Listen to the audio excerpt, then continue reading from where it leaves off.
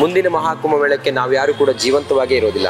10 ವರ್ಷದ ಮಾಧ್ಯಮದ ಅನುಭವದಲ್ಲಿ ನಾವು ನಡೆದುಕೊಂಡು ಹೋಗೋ ಜಾಗದಲ್ಲಿ ಶವಗಳು ಸಿಗ್ತಾ ಇತ್ತು ಅಥವಾ ದೇಹಗಳು ಸಿಗ್ತಾ ಇತ್ತು. ಅದು ಒಂದು ರೀತಿಯ ಅನುಭವ. ಆದ್ರೆ ಸಾಧು ಸಂತರನ್ನ, ಅಘೋರಿಗಳನ್ನ, ನಾಗ ಸಾಧುಗಳನ್ನ ಭೇಟಿಯಾದ್ರಿ, ಅವ್ರ ಜೊತೆ ಮಾತಾಡಿದ್ರಿ. ನಾಗ ಸಾಧುಗಳ ಬದುಕು ಹೆಂಗಿರುತ್ತೆ ಅನ್ನೋದು ಗೊತ್ತಾಯ್ತು.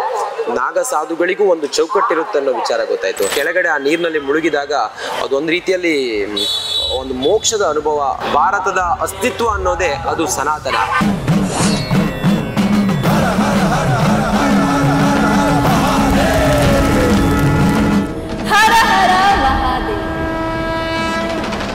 ಎಲ್ರಿಗೂ ನಮಸ್ಕಾರ. ಹರ ಹರ ಮಹಾದೇವ್. ನಾನು ನಿಮ್ಮ ಮುಮ್ತಾಜ್ ಅಬ್ದುಲ್ ನೆಲ್ಲೆಡ್ಕ, ಪ್ರಯಾಗ್ರಾಜ್ ಮಹಾಕುಂಭ ಮೇಳದಿಂದ.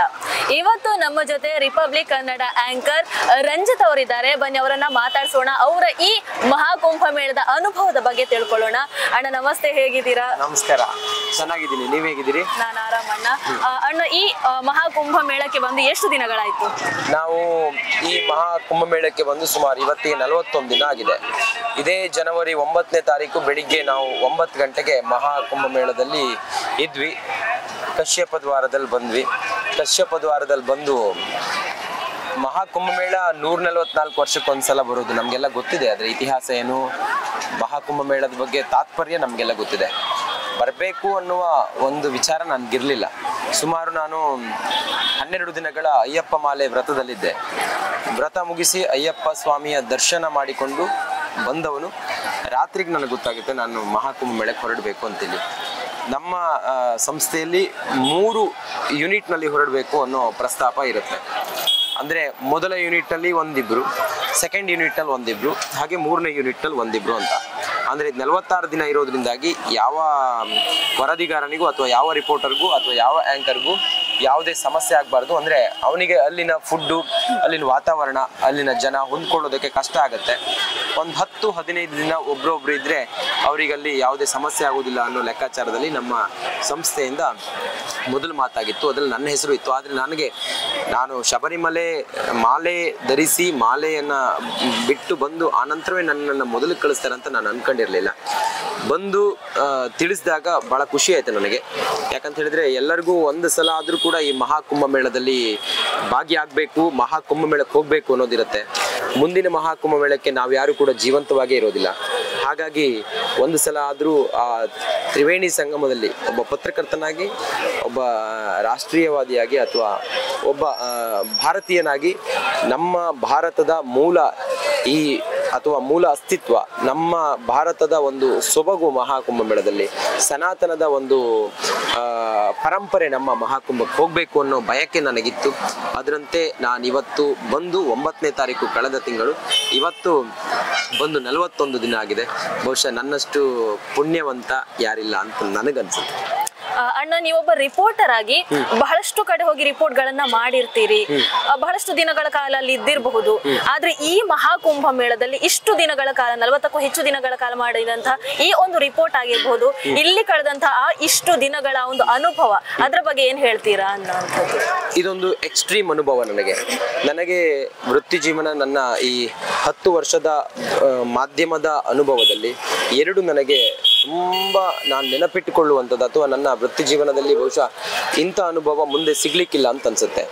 ಒಂದು, ಕೇರಳದ ವಯನಾಡಿನಲ್ಲಿ ಆದಂಥ ಆ ದುರಂತ, ಫ್ಲಡ್, ಅದೊಂದು ನನಗೆ, ನಾವು ನಡೆದುಕೊಂಡು ಹೋಗೋ ಜಾಗದಲ್ಲಿ ಶವಗಳು ಸಿಗ್ತಾ ಇತ್ತು ಅಥವಾ ದೇಹಗಳು ಸಿಗ್ತಾ ಇತ್ತು. ಅದು ಒಂದು ರೀತಿಯ ಅನುಭವ. ಆದರೆ ಇದು ಮಹಾಕುಂಭ ಮೇಳ ಒಂದು ಮೇಳ, ಇದು ಒಂದು ಸಂಭ್ರಮ, ಇದು ಒಂದು ಸಡಗರ, ಇದು ಒಂದು ಸನಾತನದ ಪರಾಕಾಷ್ಠೆ, ಇದು ಒಂದು ಹಿಂದೂಗಳ ಒಂದು ಸಮಾಗಮ, ಇದು ನಾವು ನೋಡದೇ ಇರುವಂಥ ವ್ಯಕ್ತಿಗಳನ್ನು ನೋಡುವಂಥ ಭಾಗ್ಯ ನಮಗಿದು, ನಮ್ಮ ಪೂರ್ವ ಜನ್ಮದ ಪುಣ್ಯ ನಮಗಿದು. ಹಂಗಾಗಿ ಇಲ್ಲಿ ಗಳಿಸಿದಂಥ ಅನುಭವ ನನ್ನ ಜೀವಂತಿಕೆ ಇರೋವರೆಗೂ ಕೂಡ ಅದು ನೆನಪಿನಲ್ಲಿರುತ್ತೆ ಅಂತ ನನಗನ್ಸುತ್ತೆ. ಅವತ್ತು ಕಶ್ಯಪ ದ್ವಾರದಿಂದ ನಾನು ಒಳಗಡೆ ಬಂದೆ. ಈ ಮಹಾಕುಂಭ ಮೇಳ ಹಿಂಗಿರುತ್ತೆ ಅನ್ನೋ ಒಂದು ಪರಿಕಲ್ಪನೆಯಲ್ಲೂ ಬರಲಿಲ್ಲ ನಾನು. ಬಂದು ನೋಡಿದಾಗ ಇದು ಸಮುದ್ರ, ಇದು ದೊಡ್ಡ ಸಮುದ್ರ. ಇದು ಬಂದಾಗ ಎಲ್ಲವೂ ಹೊಸತು. ಎಲ್ಲಿ ಹೋಗಬೇಕು, ಸೆಕ್ಟರ್ ಅಂದ್ರೆ ಏನು, ಆನಂತರ ಅಖಾಡಗಳೇನಂದ್ರೇನು, ಒಂದಿಷ್ಟು ಓದಿಕೊಂಡಿದ್ದೆ ಬಿಟ್ರೆ ಇಲ್ಲಿ ಹಿಂಗಿರುತ್ತೆ ಇನ್ನೊಂದ್ರ ಬಗ್ಗೆ ಯಾವ್ದು ಮಾಹಿತಿ ಇರಲಿಲ್ಲ.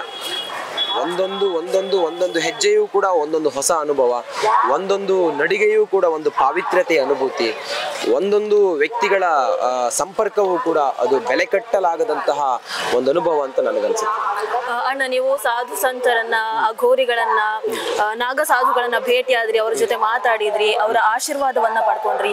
ಹೇಗಿತ್ತು ಆ ಕ್ಷಣ, ಹೇಗಿತ್ತು ಅನುಭವ, ಹೇಗಿತ್ತು? ಖಂಡಿತ ನಾಗ ಸಾಧುಗಳನ್ನ ನೋಡಿದಾಗ ಮೈ ರೋಮಾಂಚನ ಆಗ್ತಾ ಇತ್ತು. ಸಹಜವಾಗಿ ನಾಗ ಸಾಧುಗಳು ನಮಗೆ ಕಾಣಸಿಗೋದಿಲ್ಲ, ಎಲ್ಲೂ ಕೂಡ ಕಾಣ್ಲಿಕ್ಕೆ ಸಿಗೋದಿಲ್ಲ. ಮಹಾಕುಂಭಕ್ಕೆ ಬಂದಾಗ ಆ ಕಠಿಣ ಸಾಧನೆಯಲ್ಲಿ ಅಥವಾ ಹಠ ಸಾಧನೆಯಲ್ಲಿರುವಂತ ನಾಗ ಸಾಧುಗಳನ್ನ ನೋಡಿದಾಗ ಮೈ ರೋಮಾಂಚನ ಆಗ್ತಾ ಇತ್ತು.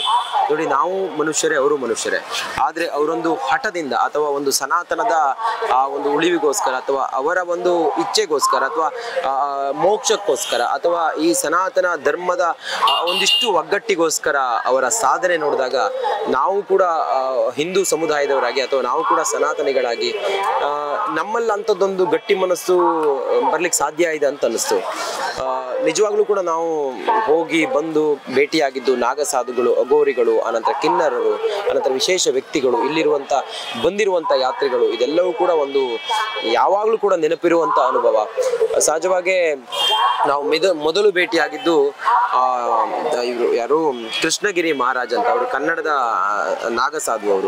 ಅವರು ದ್ವಾರಕದಲ್ಲಿ ಇರ್ತಾರೆ, ಕನ್ನಡದ ನಾಗಸಾಧು. ಅವರಲ್ಲಿ ಹೋಗಿ ಒಂದಿಷ್ಟು ವಿಚಾರಗಳನ್ನ ತಿಳಿದಾಗ ನಾಗಸಾಧುಗಳ ಬದುಕು ಹೆಂಗಿರುತ್ತೆ ಅನ್ನೋದು ಗೊತ್ತಾಯ್ತು. ನಾಗಸಾಧುಗಳಿಗೂ ಒಂದು ಚೌಕಟ್ಟಿರುತ್ತೆ ಅನ್ನೋ ವಿಚಾರ ಗೊತ್ತಾಯ್ತು. ನಾಗಸಾಧುಗಳ ಆ ಜೀವನ ಕ್ರಮ ಹೀಗಿರುತ್ತೆ, ಅವರ ಪೂಜಾ ಪರಿಕ್ರಮಗಳು ಹೀಗಿರುತ್ತೆ. ನಾಗಸಾಧುಗಳು ಅನ್ನುವ ಪರಿಕಲ್ಪನೆಗೆ ಒಂದು ರೂಪುರೇಷೆಯನ್ನ ಕೊಟ್ಟಿದ್ದು ನನಗೆ ಕೃಷ್ಣಗಿರಿ ಬಾಬಾ ಅವರು, ನಿರಂಜನಿ ಅಖಾಡದ ಸಂತರವರು. ಅವರು ನನಗೆ ಆ ನಾಗಸಾಧುಗಳ ಪರಿಕಲ್ಪನೆಯ ರೂಪವನ್ನ ಕೊಟ್ಟಿದ್ದವರು. ಅದೊಂದು ನಾವು ಅವ್ರನ್ನ ಮಾತಾಡಿಸಿದ ನಂತರ ಜನರ ಪ್ರಶ್ನೆಗಳನ್ನ ನಾವು ಅವರು ಕೇಳಿದ್ವಿ. ನಾನೊಬ್ಬ ರಿಪೋರ್ಟರ್ ಆಗಿ ನಾನಲ್ಲಿ ಅವರನ್ನ ಮಾತಾಡಿಸಿರ್ಲಿಲ್ಲ. ಒಬ್ಬ ಸಾಮಾನ್ಯ ಜನನಾಗಿ ಅಥವಾ ಒಬ್ಬ ಜರ್ನಲಿಸ್ಟ್ ಆಗಿ ನಾನು ಮಾತಾಡಿಲ್ಲ. ಒಬ್ಬ ಸಾಮಾನ್ಯ ಜನರಿಗೆ ನಾಗಸಾಧುಗಳ ಬದುಕಿನ ಬಗ್ಗೆ, ನಾಗಸಾಧುಗಳ ಕಠಿಣ ವ್ರತದ ಬಗ್ಗೆ, ನಾಗಸಾಧುಗಳ ಸಾಧನೆಯ ಬಗ್ಗೆ ಇದ್ದಂತ ಪ್ರಶ್ನೆಗಳನ್ನ ನಾನು ಅವರಲ್ಲಿ ಕೇಳಿದೆ. ಅವರು ಆಡಿದಂತ ಮಾತು ಅದು ಜನರಿಗೂ ಕೂಡ ರೀಚ್ ಆಯ್ತು. ಬಹುಶಃ ಮಹಾಕುಂಭದಲ್ಲಿ ಸಿಕ್ಕಷ್ಟು ಪ್ರಚಾರ ನಾಗಸಾಧುಗಳಿಗೆ ಬಹುಶಃ ಅವ್ರಿಗೆ ಎಲ್ಲೂ ಕೂಡ ಸಿಗ್ಲಿಲ್ಲ ಅಂತ ಅನ್ಸುತ್ತೆ. ಹಾಗೆ ಇನ್ನೂ ಕೂಡ ಹತ್ತಾರು ನಾಗಸಾಧುಗಳನ್ನ, ಅಘೋರಿಗಳನ್ನ, ಕಿನ್ನರರನ್ನ, ನಂತರ ನೂರಾರು ಜನ ಯಾತ್ರಿಕರನ್ನ, ಮಹಾಮಂಡಲೇಶ್ವರರನ್ನ, ಸನ್ಯಾಸಿಗಳನ್ನ, ಇವ್ರನ್ನೆಲ್ಲ ಭೇಟಿಯಾಗಿದ್ದು ಪರಮ ಪುಣ್ಯ ಗಳಿಗೆ ಅಂತ ನನಗನ್ಸುತ್ತೆ. 144 ವರ್ಷಗಳಿಗೊಮ್ಮೆ ನಡೆಯುವಂತಹ ಈ ಮಹಾಕುಂಭ ಮೇಳದಲ್ಲಿ ತ್ರಿವೇಣಿ ಸಂಗಮದಲ್ಲಿ ಮಿಂದಿದ್ದಾಗ ಆ ಒಂದು ಅನುಭವ ಹೇಗಿತ್ತು ಅಣ್ಣ? ತ್ರಿವೇಣಿ ಸಂಗಮದ ಅನುಭವವನ್ನ ಅಥವಾ ಆ ಡುಮ್ಕಿ ಸ್ನಾನ, 3 ಬಾರಿ ಮುಳುಗುವಂತಹ ಸ್ನಾನವನ್ನ, ಅದರ ಅನುಭವವನ್ನ ಯಾರಿಗೂ ಕೂಡ ಎಕ್ಸ್ಪ್ರೆಸ್ ಮಾಡೋದಕ್ಕೆ ಅಥವಾ ಅದನ್ನ ನಾವು ಹಿಂಗಾಯ್ತು ಅಂತೇಳಿ ಹೇಳಲಿಕ್ಕೆ ಖಂಡಿತವಾಗ್ಲೂ ಕೂಡ ಸಾಧ್ಯ ಇಲ್ಲ. ಆ ತ್ರಿವೇಣಿ ಸಂಗಮದ ಆ ಪುಣ್ಯ ಜಲ ಇದೆಯಲ್ಲ, ಅದು ಮೈಕ್ ಸೋಕಿದಾಗ ಒಂದು ರೋಮಾಂಚನ ಆಗುತ್ತೆ. ಒಮ್ಮೆ ನಾವು ಕೆಳಗಡೆ ಆ ನೀರಿನಲ್ಲಿ ಮುಳುಗಿದಾಗ ಅದೊಂದು ರೀತಿಯಲ್ಲಿ ಒಂದು ಮೋಕ್ಷದ ಅನುಭವ ಅನ್ನೋ ರೀತಿಯಲ್ಲಿ ಒಂದು ಭಾವನೆ ನಮ್ಗೆ ಬರುತ್ತೆ. ಮತ್ತೆ ಎಲ್ಲವೂ ಕೂಡ ನಶ್ವರ ಅನ್ನೋ ಆಧ್ಯಾತ್ಮಿಕತೆ ಒಂದು ಸಹಾನುಭೂತಿ ನಮಗಲ್ಲಿ ತ್ರಿವೇಣಿ ಸಂಗಮದಲ್ಲಿ ಮುಳುಗಿದಾಗ ಆಗತ್ತೆ. ನಾನು ತ್ರಿವೇಣಿ ಸಂಗಮದಲ್ಲಿ 3 ಶಾಹಿ ಸ್ನಾನಗಳನ್ನು ಮಾಡಿದ್ದೀನಿ. ಒಂದು ಮಕರ ಸಂಕ್ರಾಂತಿಯ ದಿನ, ಮೌನಿ ಅಮಾವಾಸ್ಯೆಯ ದಿನ, ಅದ್ರ ಜೊತೆಗೆ ಮೊನ್ನೆ ಆದಂಥ ವಸಂತ ಪಂಚಮಿ, ಹಾಗೆ ಹುಣ್ಣಿಮೆ ದಿನವೂ ಕೂಡ ನಾನು ಪುಲಿಮಾರ ಮಠಗಳ ಶ್ರೀಗಳ ಜೊತೆ ಹೋಗಿ ಸ್ನಾನ ಮಾಡಿದ್ದೀನಿ. ಸುತ್ತೂರು ಮಠಗಳ ಶ್ರೀಗಳ ಜೊತೆಗೆ ಹೋಗಿ ನಾನು ವಸಂತ ಪಂಚಮಿ ದಿನ ಸ್ನಾನ ಮಾಡಿದ್ದೀನಿ. ಬಹುಶಃ ಇಂಥದ್ದೊಂದು ಗಳಿಗೆ ನನ್ನ ಜೀವನದಲ್ಲಿ ಅದು ಮಹಾಕುಂಭ ಮೇಳದಲ್ಲಿ ಬರುತ್ತೆ ಅಂತ ನಾನು ಅಂದ್ಕೊಂಡಿರ್ಲಿಲ್ಲ. ಅದು ಈ ತ್ರಿವೇಣಿ ಸಂಗಮ ಪರಮ ಪಾವಿತ್ರ್ಯವಾದಂತಹ ಆ ಸಂಗಮಕ್ಕೆ ಒಂದು ಸಲ ಸಂಗಮದಲ್ಲಿ ಸ್ನಾನ ಮಾಡಬೇಕು ಅಂತೇಳಿ ಕೋಟ್ಯಾಂತರ ಸನಾತನಿಗಳು, ಹಿಂದೂಗಳು ಅವರ ಬಯಕೆ ಆಗಿರುತ್ತೆ. ಕಾರಣಾಂತರಗಳಿಂದ ಅವ್ರಿಗೆ ಬರ್ಲಿಕ್ಕಾಗೋದಿಲ್ಲ, ಮತ್ತೊಂದಾಗಿರುತ್ತೆ. ಬಹುತೇಕ ಜನರಿಗೆ ತ್ರಿವೇಣಿ ಸಂಗಮಕ್ಕೆ ಹೋಗಿ ಇಲ್ಲಿಗೆ ಬಂದು ಕೂಡ ತ್ರಿವೇಣಿ ಸಂಗಮಕ್ಕೆ ಹೋಗ್ಲಿಕ್ಕೆ ಆಗೋದಿಲ್ಲ.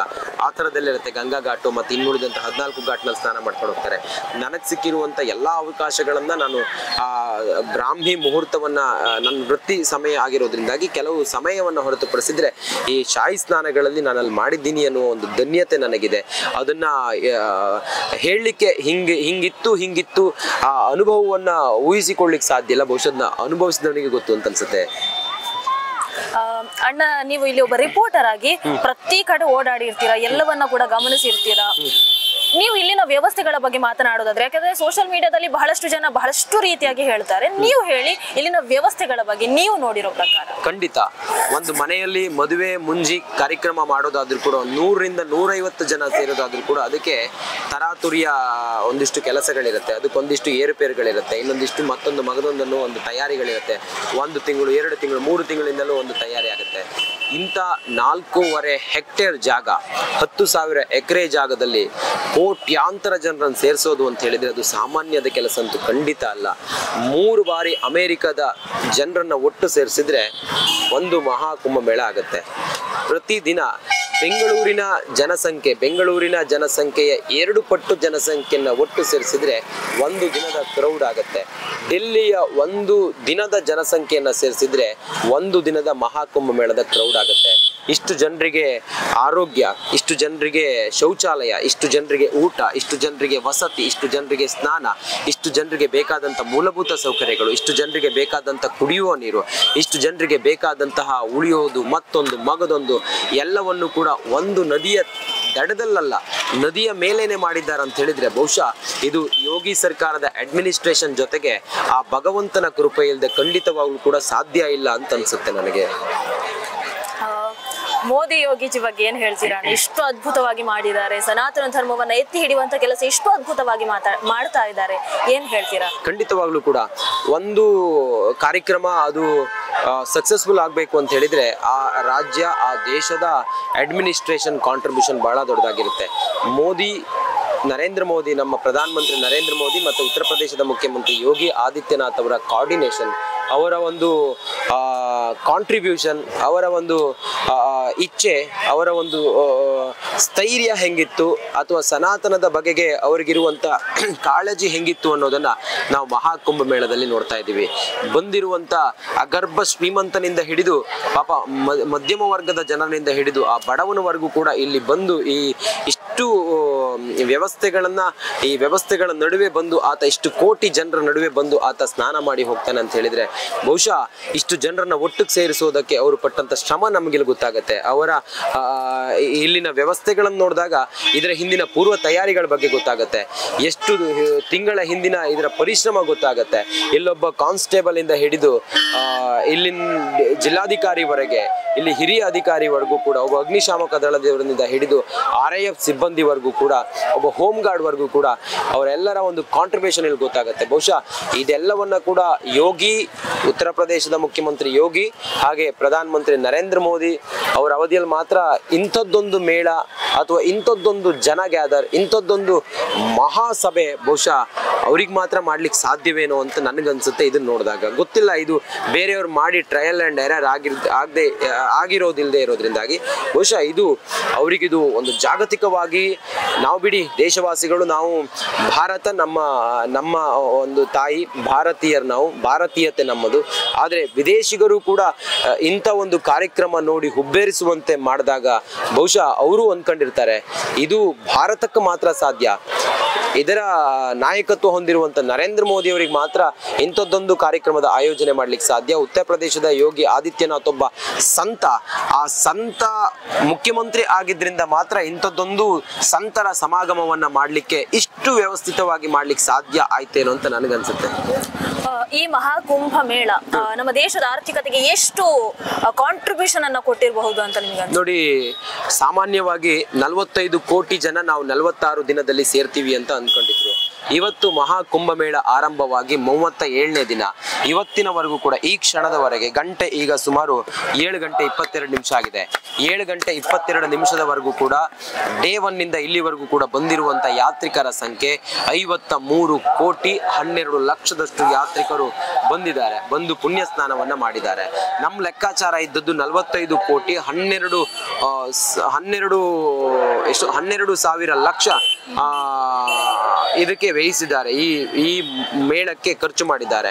ಬಹುಶಃ ಅದರ ರಿಟರ್ನ್ಸ್ ಅಥವಾ ಅದರಿಂದ ಬರುವಂತ ಗಳಿಕೆ 2 ಲಕ್ಷ ಕೋಟಿ ಅಂತ ಹೇಳಿ ಲೆಕ್ಕಾಚಾರ ಮಾಡ್ಕೊಂಡಿದ್ರು. ಆದ್ರೆ ಈಗ ನಾವು ಅಂದುಕೊಂಡಂತಹ ಆ ಜನರ ಒಂದು ಪ್ರಮಾಣವನ್ನ ಮೀರಿ ಹೋಗಿದ್ದೀವಿ. 53 ಕೋಟಿಯಷ್ಟು ಆಲ್ರೆಡಿ ನಾವು ರೀಚ್ ಆಗಿದ್ದೀವಿ ಜನರನ್ನ. ಇನ್ನೂ ಕೂಡ ಹೆಚ್ಚು ಕಮ್ಮಿ ಅಂತ ಹೇಳಿದ್ರೆ ಇನ್ನೊಂದು 10 ದಿನಗಳ ಕಾಲ ಮೇಳ ಇದೆ. ಇನ್ನೊಂದು 10 ರಿಂದ 15 ಕೋಟಿವರೆಗೂ ಕೂಡ ಯಾತ್ರಿಕ ಸೇರ್ಬಹುದು. ಇನ್ನೂ ಕೂಡ ಒಂದು ಶಿವರಾತ್ರಿಯ ಪುಣ್ಯ ಸ್ನಾನ ಇರೋದ್ರಿಂದ ಆ ದಿನ ಎಷ್ಟು ಕೋಟಿ ಜನ ಸೇರ್ತಾರೋ ಗೊತ್ತಿಲ್ಲ. ಬಹುಶಃ ಇದು ನಾವ್ಯಾರು ಕೂಡ ಊಹಿಸ್ಲಿಕ್ಕೂ ಸಾಧ್ಯ ಇಲ್ಲ. ಅಂಥದ್ದೊಂದು ರೆವಲ್ಯೂಷನ್ ನಮ್ಮ ಭಾರತದ ಇತಿಹಾಸದಲ್ಲಿ ಆಗತ್ತೆ. ಅದು ನರೇಂದ್ರ ಮೋದಿ ಮತ್ತೆ ಯೋಗಿ ಆದಿತ್ಯನಾಥ್ ಅವರ ಕಾಲದಲ್ಲಿ ಅವರ ಒಂದು ಕಾಲದಲ್ಲಿ ಆಗ್ತಿರೋದು ಬಹಳ ಈ ರಾಜ್ಯ ಈ ದೇಶದ ದೇಶವಾಸಿಗಳಿಗೆ ನಾವು ಹೆಮ್ಮೆ ಪಡುವಂತ ವಿಚಾರ. ಬಹುಶಃ ಇದು ನಮ್ಮ ದೇಶದ ಒಂದಿಷ್ಟು ವಿಚಾರಗಳನ್ನ ಬದಲಿಸ್ಲಿ, ಇಲ್ಲಿರುವಂತ ಎಲ್ಲ ನೆಗೆಟಿವಿಟಿಗಳು ಹೋಗಿ ಒಂದು ಪಾಸಿಟಿವಿಟಿ ದೇಶವನ್ನ ಆವರಿಸಿಕೊಂಡು ಭಾರತ ಸದೃಢವಾಗ್ಲಿ. ಭಾರತದ ಅಸ್ತಿತ್ವ ಅನ್ನೋದೇ ಅದು ಸನಾತನ. ಆ ಸನಾತನ ಇಡೀ ದೇಶವಾಸಿಗಳಲ್ಲಿ ಜಾಗೃತಿ ಆಗತ್ತೆ ಅನ್ನೋದು ನನ್ನ ನಂಬಿಕೆ. ಕೊನೆಯದಾಗಿ ಒಬ್ಬ ರಾಷ್ಟ್ರೀಯವಾದಿಯಾಗಿ, ಒಬ್ಬ ಹಿಂದೂ ಆಗಿ ಈ ಮಹಾಕುಂಭ ಮೇಳದಿಂದ ಏನ್ ಹೇಳ್ತೀರಾ? ಖಂಡಿತವಾಗ್ಲೂ ಕೂಡ ಈ ಮಹಾಕುಂಭ ಮೇಳ ನೋಡಿ, ಹಿಂದೂಗಳು ಅದರಲ್ಲೂ ಕೂಡ ಬಹುಶಃ ಮಹಾಕುಂಭ ಮೇಳಕ್ಕೆ ಬಂದಿರುವಂತ ಊರ್ಗೋಲ್ ಹಿಡ್ಕೊಂಡು ಬಂದಿರುವಂತ ವೃದ್ಧರನ್ನ ನಾನು ನೋಡಿದ್ದೇನೆ. ವೀಲ್ ಚೇರ್ ಹಿಡಿದು ಬಂದಂತ ವೃದ್ಧರನ್ನ ಅಥವಾ ಬಂದಿರೋರನ್ನ ನೋಡಿದ್ದೇನೆ. ಶ್ರವಣ ಕುಮಾರನ ಹಾಗೆ ತಕ್ಕಡಿಯಲ್ಲಿ ಕರೆದುಕೊಂಡು ಬಂದಂತ ತಂದೆ ತಾಯಿಯರನ್ನ ಕರ್ಕೊಂಡು ಬಂದಂತ ವ್ಯಕ್ತಿಗಳನ್ನ ನಾನು ನೋಡಿದ್ದೇನೆ. ಹಾಗೆ 2 ತಿಂಗಳ ಹಸುಗೂಸನ್ನ ಕರೆದುಕೊಂಡು ಬಂದು ಪುಣ್ಯಸ್ನಾನ ಮಾಡಿಸಿದಂತಹ ತಾಯಂದಿರನ್ನ ನಾನು ನೋಡಿದ್ದೇನೆ. ಬಹುಶಃ ಇದು ಇಂಥದ್ದೊಂದು ಕಮಿಟ್ಮೆಂಟ್, ಬೆಳಿಗ್ಗೆ 2 ಗಂಟೆಗೆ ಬ್ರಾಹ್ಮಿ ಮುಹೂರ್ತದಲ್ಲಿ ಬಂದು ಸ್ನಾನ ಮಾಡುವಂತ ಆ ಕಮಿಟ್ಮೆಂಟ್ ಬಹುಶಃ ಸನಾತನದ ಅಥವಾ ಹಿಂದೂಗಳನ್ನು ಬಿಟ್ಟು, ಇಂಥದ್ದೊಂದು ಸನಾತನದಲ್ಲಿ ಬಿಟ್ಟು ಬೇರೆ ಯಾವ ಧರ್ಮದಲ್ಲಿ ಇದೆ ಅಂತೇಳಿ ನನಗೆ ಅನ್ಸೋದಿಲ್ಲ. ಬಹುಶಃ ಇದು ಭಾರತಕ್ಕೆ ಒಂದು ದೊಡ್ಡ ಮಟ್ಟದಲ್ಲಿ ಜಾಗತಿಕವಾಗಿ ಒಂದು ಶಕ್ತಿ ಆಗ್ಬಹುದು ಈ ಸನಾತನದ ವಿಚಾರಗಳು. ಬಹುತೇಕ ವಿದೇಶಿಗರು ಸನಾತನದತ್ತ ವಾಲ್ಬಹುದು ಅಂತ ಅನ್ಸುತ್ತೆ. ಭಾರತದಲ್ಲಿರುವಂತ ನೆಗೆಟಿವಿಟಿ ಹೋಗಿ ಪಾಸಿಟಿವ್ ಆಗ್ಬಹುದು ಅಂತ ಅನ್ಸುತ್ತೆ. ಭಾರತದ ಆರ್ಥಿಕತೆಗೆ ದೊಡ್ಡ ಕೊಡುಗೆಯನ್ನ ಕೊಡುತ್ತೆ ಅನ್ನೋ ನಂಬಿಕೆ ಅಂತೂ ಖಂಡಿತವಾಗ್ಲೂ ಇದೆ. ಭಾರತದ ದೇಶ ವಿರೋಧಿ ಚಟುವಟಿಕೆಗಳಿಗೆ ಇದೊಂದು ಮಹಾಕುಂಭ ಮೇಳ ಕಡಿವಾಣ ಹಾಕಬಹುದು ಅಂತ ಅನ್ಸುತ್ತೆ. ಹಿಂದೂಗಳ ಶಕ್ತಿ ಇದು ಒಂದು ದೊಡ್ಡ ಮಟ್ಟದಲ್ಲಿ ಪ್ರದರ್ಶನ ಆಗಿದೆ. ಹಿಂದೂ ಸಮಾಜ ಒಂದು ಅನ್ನುವ ಒಂದು ಸಂದೇಶವನ್ನ ರವಾನಿಸಿದೆ ಅಂತ ಅನ್ಸುತ್ತೆ. ಬಹುಶಃ ಹಿಂದೂಗಳೆಲ್ಲರೂ ಕೂಡ ಒಟ್ಟಾದ್ರೆ ಅಥವಾ ಹಿಂದೂಗಳು ಒಟ್ಟಾಗಿದ್ರೆ ಅದು ಹೇಗಿರುತ್ತೆ, ಅಥವಾ ಹಿಂದೂಗಳೇ ಜೊತೆ ಇದ್ರೆ ಅದು ಹೆಂಗಿರುತ್ತೆ ಅನ್ನೋದನ್ನ ಮಹಾಕುಂಭ ಮೇಳ ಇವತ್ತು ತೋರಿಸಿದೆ. ಬಹುಶಃ ಇದೆಲ್ಲವೂ ಸಾಕಾರವಾಗಿ ಭಾರತ ಪರಂ ವೈಭವಕ್ಕೆ ಹೋಗ್ಲಿ ಅನ್ನೋದು ನನ್ನ ಆಶಯ. ನಮಸ್ಕಾರ. ನಮಸ್ಕಾರ ಅಣ್ಣ, thank you so much. TV Vikrama, ದೇಶ ನಿಮ್ಮ ಕೈಯಲ್ಲಿ. ಈ ಕಾರ್ಯಕ್ರಮ ನಿಮಗೆ ಇಷ್ಟ ಆಗಿದ್ದಲ್ಲಿ ಲೈಕ್, ಶೇರ್ ಹಾಗೂ ಕಮೆಂಟ್ ಮಾಡಿ. ಟಿವಿ ವಿಕ್ರಮದ ಕಾರ್ಯಕ್ರಮಗಳನ್ನು ನಿರಂತರವಾಗಿ ವೀಕ್ಷಿಸಲು ಸಬ್ಸ್ಕ್ರೈಬ್ ಮಾಡಿ, ಬೆಲ್ ಐಕನ್ ಒತ್ತಿ.